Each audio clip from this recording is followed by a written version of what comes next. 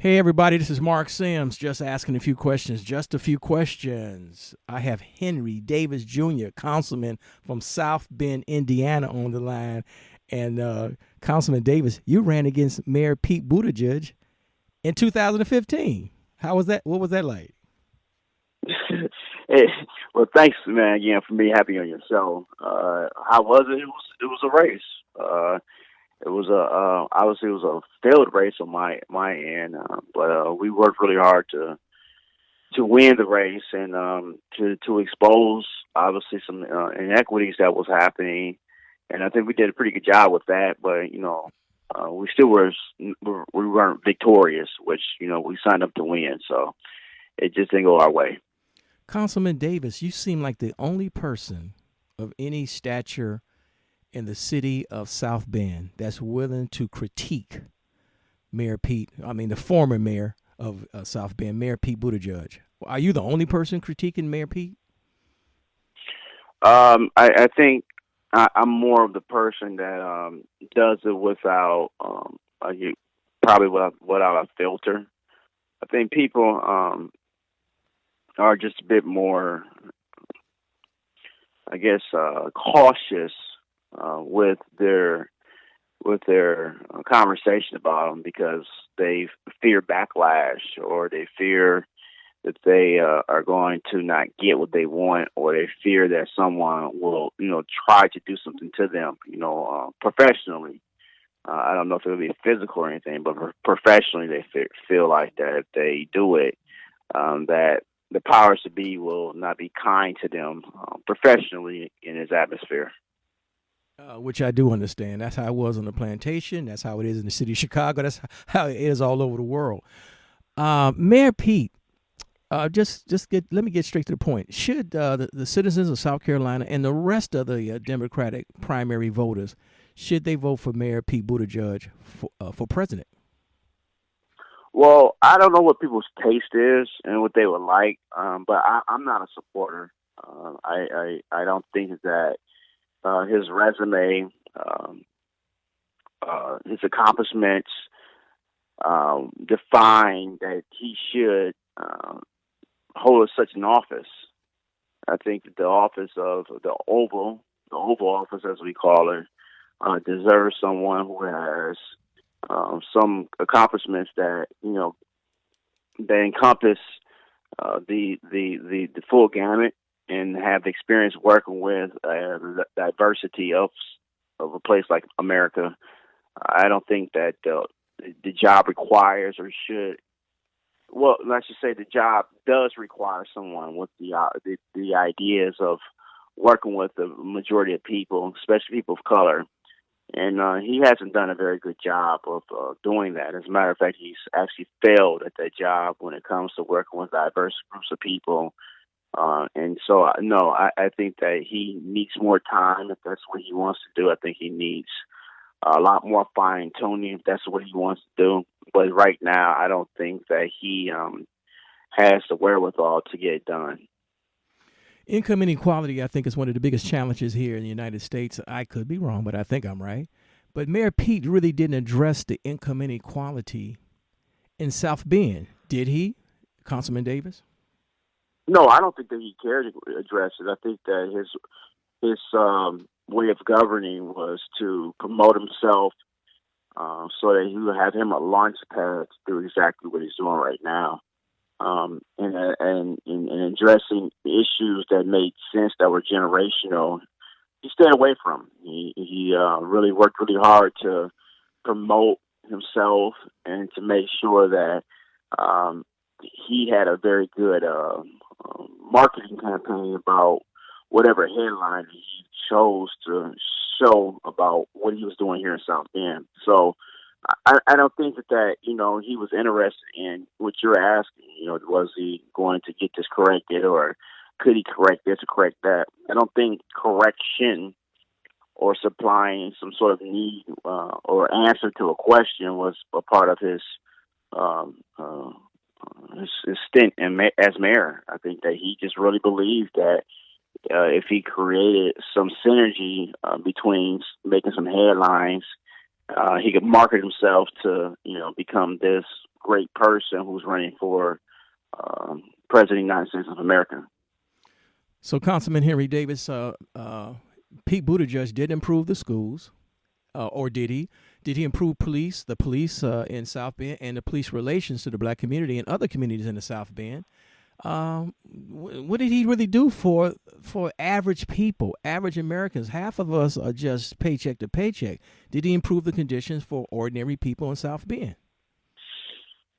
From my vantage point, he did not. From my research, no. From where I stood at, no. He, like I said, he improved his profile. When it came to him having to deal with the school corporation, and here, recently you started seeing publications of him talking about he didn't know that the schools were as segregated as they are. He was even talking about how he didn't know that the schools were as in bad shape or as poor shape as they are in right now. Even here recently, we are headed towards a discussion about shutting down one of the most blackest or brownest schools in the school district, Washington High School. That happened under his time as mayor, and so they're now talking about how they can probably close it rather than expanding it. We talked about the 1,000 Houses, 1,000 Days program, where he went into most of the black community or houses in the black community, and he just ripped them down without a plan to replace the housing. So you ran into all of these situations that prove that this guy didn't really pay attention to the community of color or the black community or the brown community. Right now, historically, you have the lowest number of serving African Americans on the police department, and so the story just continues to rehearse itself, or shows that there was a cycle of not only miscommunication but poor leadership when it came to serving the total community, because that didn't happen. It was just all about him. Yeah, Mayor Pete had 8 years to make improvements, so in 8 years, it wasn't much. And as I read one time, that Mayor Pete's dad was a professor of some sort, a professor at Notre Dame. Is that true? Yeah, that's what I come to understand as well. I mean, I've read about it and I've seen it, but I don't know anything about his father. His father just recently passed, and so that's one of those touchy subjects, I'm sure, on his end. Because I want to know, because when you find out who's your parents, where were you raised, how were you raised, you get a good feel of what type of person you are.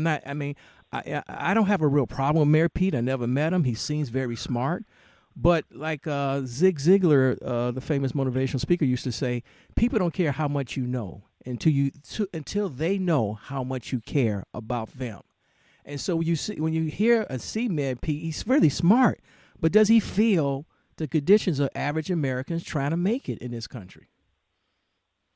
No, and I don't think that he was like, and that's a good correlation to it. I don't think that he was raised in a way that he was supposed to pay attention to it. I'm not going to supply an excuse for the way that he did not govern, or the way that he did govern here in South Bend.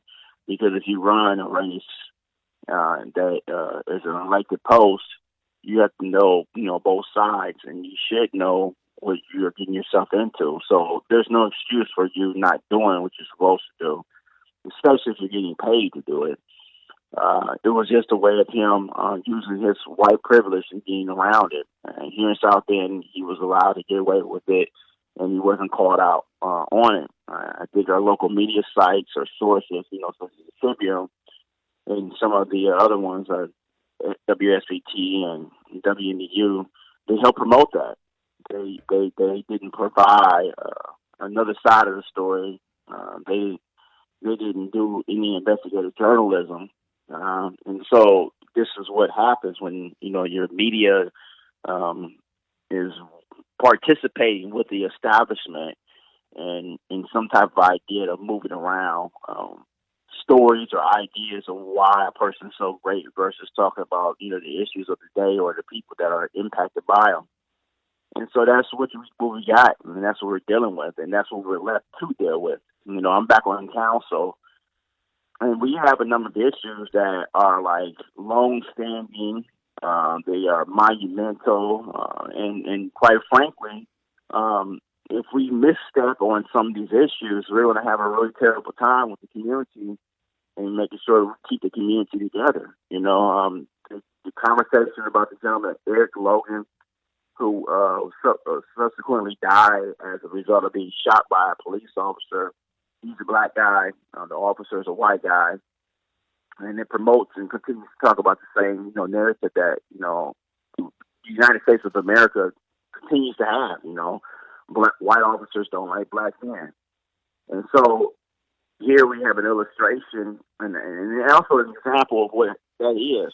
And so as a result, we are waiting for the grand jury's response or the response from the special prosecutor. And so we're trying to, and we hope, and we pray that, the community is going to be satisfied with the response. But I don't think that there's going to be a true satisfaction because of the way that this has been, drawn up over a number of years. You have the tape issue. I don't know if you're clear or familiar with the tape issue, where there is alleged discussions of white officers having racist and also criminal discussions on this police tape, that the mayor, stood in front of and stepped on, and is actually still stepping out on, even $2 million later, stepping on. And so you just have, this really rough conversation about liberating or the ability to liberate blacks here in this area. And you have this guy who was mayor, that really did his best to make sure that he could cover it up, and it's just getting really rough around here, and it has been for some time. Councilman Davis, I can't thank you enough for being on the program, and hopefully I'll have you back before the South Carolina primary. Oh, that'd be great, man. Looking forward to it. I appreciate it.